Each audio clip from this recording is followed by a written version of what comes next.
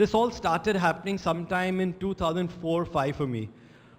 I was, okay, a little even beyond that or before that.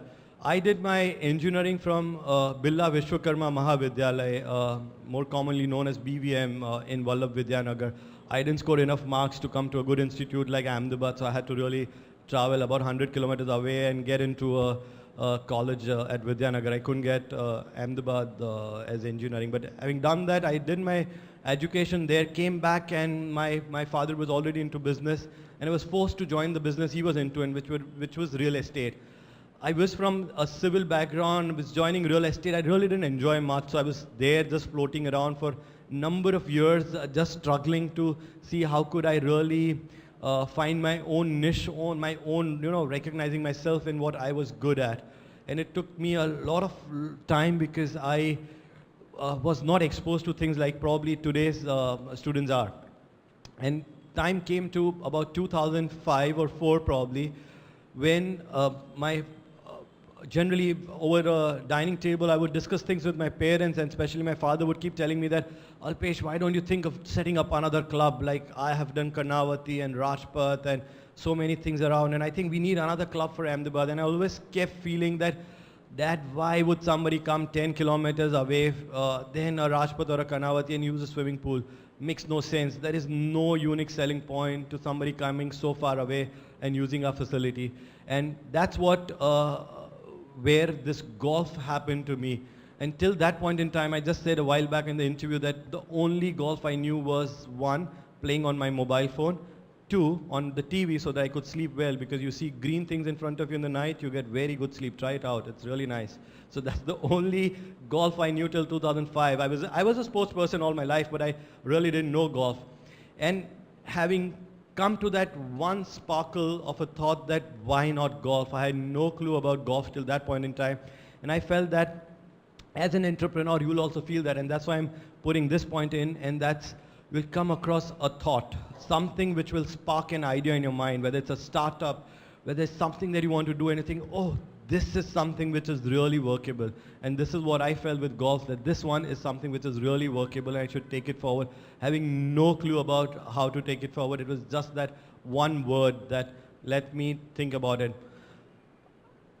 Having said that, you need to understand that it's not easy. At times, things just don't happen, because I had one golf and nobody had done that. It's not that everything just fell in place and today I'm standing here speaking to all of you. Things don't work that way, and it never would. So you need to understand that it was just an idea, just a starting point of a lot of things to happen from that point onwards. The first thing, I didn't know whom to get my work done from. I Googled, couldn't find any Indian architect, golf architect who could do that. Simple thought led me to Scotland, because golf comes from Scotland. Wrote to an architect in Scotland called Carl Olson. I still have a letter of his in my file, wherein I said that I'm an amateur golfer. I was not, but that was the only way I could start a conversation. So I said, I'm an amateur golfer. I wish to set up a golfing facility. I have so many dreams like we all have. So I wrote about every possible thing one could put up on a golf course and said, this I want to do. And I have 30,000 square meters of land. And how can we put all this up in here? And this gentleman very sweetly wrote back to me saying, this what we could do. These are my professional fees, everything. And in the end, he just wrote, Alpesh, you cannot set up a golf course on 30,000 square meters of land. You need bare minimum 3 lakh square meters of land. So that's a one more zero you've forgotten probably to add in. And that's when I woke up to the fact that I actually do not have this much land. So, it's so easy to think of an idea, think you're going to materialize it, and then you end up realizing you don't have the resources. You're not resourceful enough at that point in time to really take it up to the next level. And that's exactly what I felt, that I did not have the land back required to do that. So that was my roadblock number 1. I had an idea, I wanted to do something, but I did not know how to cross that road. Crossing the road was difficult because it's not easy, 1, to have finance. That's your roadblock number 2. And 2, you really don't know whether people will take up, because it was still a startup, which I was doing 10 years back, 10 kilometers away from SG Highway. SG Highway was just about developing. It was still not what we see SG Road today, as it was still a highway. Trucks were still allowed to ply on that road. Accidents would still happen with trucks on that road. It was not that they were banned to come on that road. And that's the time probably we wanted to do something which was even further 10 kilometers away, and which made things very, very tricky. But this is your roadblock number 2, but if you're confident enough about your idea, and if you think you can germinate it into something which will end up giving you results, it would. So you have to go, and that's wherein we decided to do something which is now very well known as disruptive innovation. I don't know if you've heard about this word, but that's what we decided to do. That disruptive innovation is the one thing that we're going to do, because generally when a product is done, people keep improving and going and making it better and better, and in turn making it more expensive, because more refined it gets, more costly it becomes. And we thought that we could not do that, because golf was already a very refined product, because it was already assumed that it's only for the elite. We have jokes going out that more richer you are, the balls get smaller, so you start playing golf. So that's what generally it is, that golf is played by the most elite people. It always was that it's either the elite, it's either the armed forces, or it's the aged people who cannot do any other sport. That's why they go up and end up doing golf. And we wanted to change that complete thought process and bring this thought to here, where we wanted the young families to come in and start doing it. We wanted children to start adopting to this, and we wanted to make it affordable. That was the key. We had to do something wherein at that point in time in India, the cheapest golf membership was priced at, I think, 12 or 14 lakhs and above, the cheapest. So everything else was above, and the most expensive was at about 25 or 30 lakhs at DLF, which was only for 7 years. So there was a membership which was for 7 years for 25, 30 lakh rupees. The cheapest was at about 12, 14 lakhs. And we opened our membership at 51,000. That was the disruption we were trying to create, because we wanted people to buy into us. So that's one thing I want to put you on across to you as thought process, and whatever you guys and girls decide to go out and do, you have to decide how you're going to place yourself, because all of a sudden we created a huge demand for ourselves, because we were going to do a golf club which was big. The whole world knew what is golf about. Everyone thought it's very expensive, and everyone thought that the pricing would be in the range of 10 lakhs and above, because it's such an expensive sport. And we came up and said it's only 51,000. All of a sudden, there was a lot of demand, and we were the ones who had to tell no to people that we don't want you as members. So we only very selective. We'll only take this many. We'll not take this. What gives us that a simple rule: demand and supply. As soon as you have more demand, and if the supply is limited, it'll keep increasing the demand, and you can keep increasing your prices slowly and gradually to get in more people to rope in. And that's what we were able to do. So with our project, whatever we had estimated, we just took in about 500 members at overall, starting at 51,000 and taking it up to 1,50,000. So we could have enough finances to actually set up our own golf academy and have spare funds to start investing in more real estate to actually end up doing the golf facility. This brings us to one very important point, and that's your integrity towards what you're going to do. Because unless and until you do not have that in you, and one could always take a shortcut and say that, okay, I promised this, but I'm only delivering this. Nobody's going to ever come and question you, but you've lost the integrity, and with that, people will not call you back again or not come to you again. So it's important that with whatever you plan and do, always keep this in mind, that if you promise something, think 10 times, but once you do, you got to deliver that. And that as an entrepreneur is a big challenge, because you will always come across situations in life where you could take shortcuts. A very quick money can be made because the world will offer you an opportunity which you never thought of. And a small little diversion, a small little shortcut, and you'll make more money. I think the biggest challenge I have faced as an entrepreneur myself is to actually say no. We can never actually say no. We always say yes to something. When something is going to make us money, we'll always say yes. The biggest challenge is to actually, if it's even going to make you money, you have to go out and say, no, sorry, I'm not going to do this, because this is not what I had planned to do. And it doesn't fall in scheme of things that I want to do. And at times, saying that no helps you helps you in a big way, because it can actually give you so much that your larger picture is not disturbed. Because at times when you go for a smaller dream, you end up wasting your resources and energy to a great extent that your larger picture is completely forgotten. So I think this is one important message which I would want to leave behind, is that I would personally advise, and that is, look at the bigger picture, don't look at the smaller ones, and don't take those shortcuts, because those shortcuts are only fruitful for the short duration, and you've lost the bigger picture, because somebody else would have taken the cake by then. Moving on, we were able to do things, get our academy in place inside a record 9 months' time. We were the first to open up, bring golf to the city of Ahmedabad. All of a sudden, all golfing, not just the golfing circles, all party circles were speaking about golf. Everyone, wherever you go out, you will hear people speaking about golf, because we sort of brought golf to every common man's tongue. People would go to a party and say, hey, did you hear there's a golf club coming in? Did you go and see that? It looks so nice, it's so beautiful, it's so lush green. And that comes to the point that you got to deliver what you promise. If you're going to see something, the best of the facility, you should end up doing that as well. And most importantly is that that's what your marketing is. You cannot have a better marketing tool than word of mouth. That's exactly what we believed in, and I would want most of you, if you ever have that opportunity to follow up in your life, remember, no money can buy you anything what a word of mouth can, because that brings in so much of trust level attached to it. A simplest question I would want to ask yourself while I speak about this is, when was the last time you buy a mobile phone? When was the last time you ever bought a vehicle? If you did, when was it? When was the last time you bought a watch, or probably went out for a restaurant, a new restaurant to go out and dinner or a lunch? And did somebody actually refer you to go there? Did somebody actually tell you that you should go there? And probably on a scale of 10, you'll realize that 9 times or 8 times somebody actually did. And that's because that's a word of mouth. Somebody told you that go there, it's good. Buy this car, buy this motorbike, it's good. And that's why you went out and did that. Or watch a movie, I've seen this, it's nice, go and see it.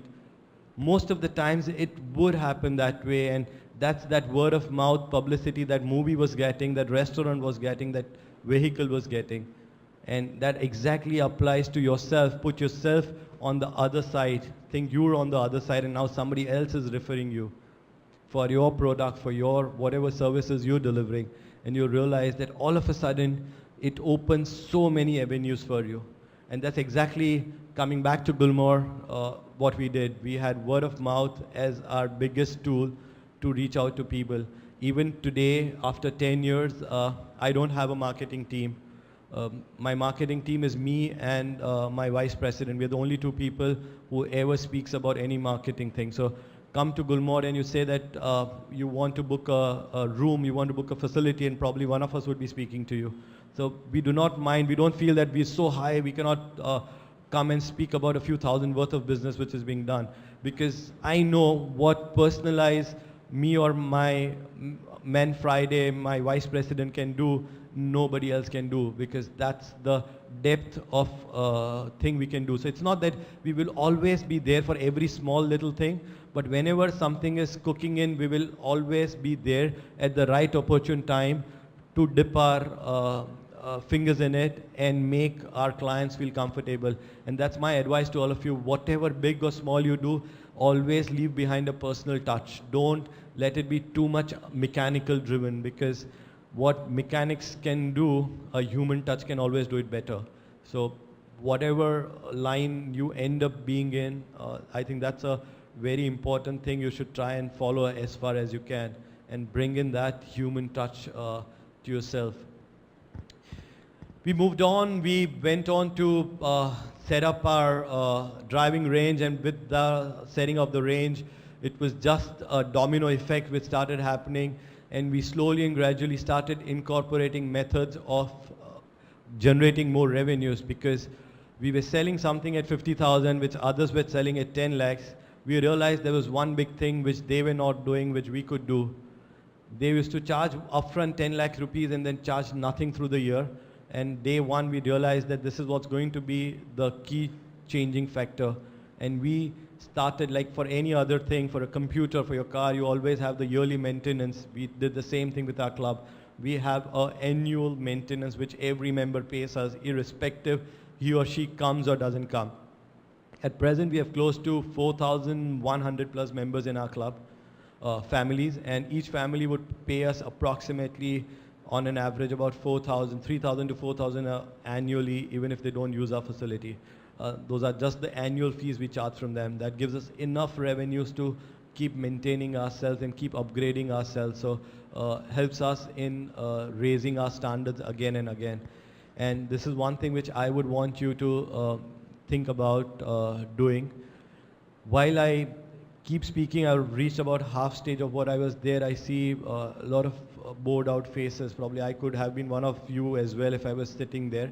So I'm going to try and make this a little bit more, take this to a different tangent probably, and try and ask you a question. Let's see if we can have some answers coming out of here to just figure out a few things. Can you tell me a name of a camera company which makes the maximum number of cameras? The best cameras, the maximum number of cameras? Sorry? Nikon? Canon? Kodak? This, however, they closed down with the whole thing, but yeah, that's one of the thing. Any other names, anything that comes to mind? Canon, Nikon, right? Those are probably a Sony we could add to. And you think that these must be the biggest player in the market, right? The fact is they are not. The fact is that these are not. The company which just got recently sold off was actually supposed to be the one making the maximum number of cameras, and that's Nokia. Because that's with the maximum number of phones in the market. And every phone had a camera in it. I'm trying to lead you to is that that's called disruptive innovation. They were never into the business of cameras. Nokia is not a camera company, it's a mobile company. But they actually made a camera, and they made so many of them that they're probably making more money on a camera than probably on the phone. And we never knew that's what they were doing. Because Canon and Nikon went on innovating their cameras and their lenses and making them so much so superior and better and better and better that they kept on getting more expensive, expensive and expensive. So it sort of became more difficult and difficult and difficult for a common man to use them. And more better they became, it became more difficult to use on a normal way. Because we could not go out with a video camera like this on the road. But we could probably always take a film from our own iPhones or Samsungs or any other Android phone. And we'll probably still be happy with that same video, and we'll still put it up on a Dubmash or probably on a Facebook or on a Twitter, because that's all what we want. I mean, that's the only video quality we are looking at. We're not really looking at something which is HD plus quality, because our intention is not to have an HD plus quality. And that's the sort of innovation or germ I want to put into your mind, that these are the things you should think of if you're going to be a startup entrepreneur. I don't know what sort of entrepreneurship you would be taking up post this 2-year experience in this institute. But whatever you end up doing, whether it's your own business that you already are into, your father is into, and you're going to take that up to the next level, whether it's a new startup they're thinking of among your friends you've made here, or you intend to have enough bank balance already and intend to buy out a company, I have no clue. But whatever you do, remember there are means and ways of doing things which are always there in the market. It was just that we were never open to that, because a lot of time the best of the leaders fail, and it's not that the leader has failed or the ways what they did they failed. It was just that they were not ready to change. And that is, it would happen that your business model will point in time become stagnated. You will have to keep innovating to take it up to the next level. And that's one important lesson which I want you to remember, that this is what would happen to you, where you got to keep this at the back of your mind and keep innovating. Innovations can be very simpler. Basically, they have to become, it's not that 6 months down the line, you wake up, okay, I've put an alarm on my calendar. Today is 31st May. That means time for innovation. I need to innovate today. That's not how innovations happen. Innovations happen every single day, every single minute. Every single breath you take, there could be an innovation which could happen with that. So it has to become basically something which is part and parcel of your life. For whatever small little bit thing you do, you could always innovate and do it differently. Try and see that can you bring in more value to the person, to your friend, to your professors, whomsoever for whom you're doing. I'll give you a very small example. End of the day, everything leads us to where? When we do business, we're entrepreneurs, what's that thing that we're working all for?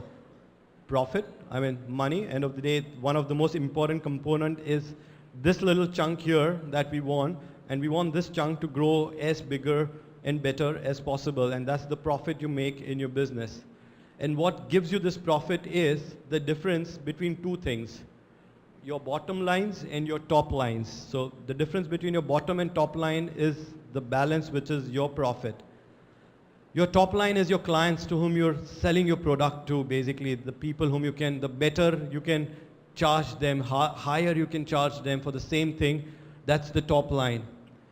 Your bottom line is your suppliers, your vendors who supply you with stuff. The lower you can push them down, if they're giving you at $100 and say, negotiate it for 95, you've got 5 rupees worth of profit. You're selling something at $500, but you bring in so much, do it so well that somebody would be ready to pay you 600. That's your 100 rupees of more profit, and this cream will keep increasing. Take, for example, an institute like this. They could keep doing so well. They're already doing so well. I mean, I'm highly impressed. I've been to EDI, I've been to IIM to come and be in a visiting faculty with them. And I'm here and I'm so highly impressed by what I saw the minute I walked out of my car. And that's innovation for me, because that's something which this institute is imbibing into all of you, with them and the professors and teachers around to teach you this. And which in turn makes them giving that value addition so much that they can actually couple years down the line say that now our prices are not this, it's here. We're jacking it up by 20,000. So that's an additional profit the institute draws, because it's given you people that additional value here, and you would be happy to go out and say, yeah, I studied here at Skips and it's amazing institute. I paid a X rupee of fee, but I think an X plus 10 is also good. Yeah, go ahead. I think it's worth every penny. And that is that innovation they're doing. And that's what you need to take it forward when you go out and do what you're gonna do in your own life, because that's something which will also help you a great deal in doing a lot of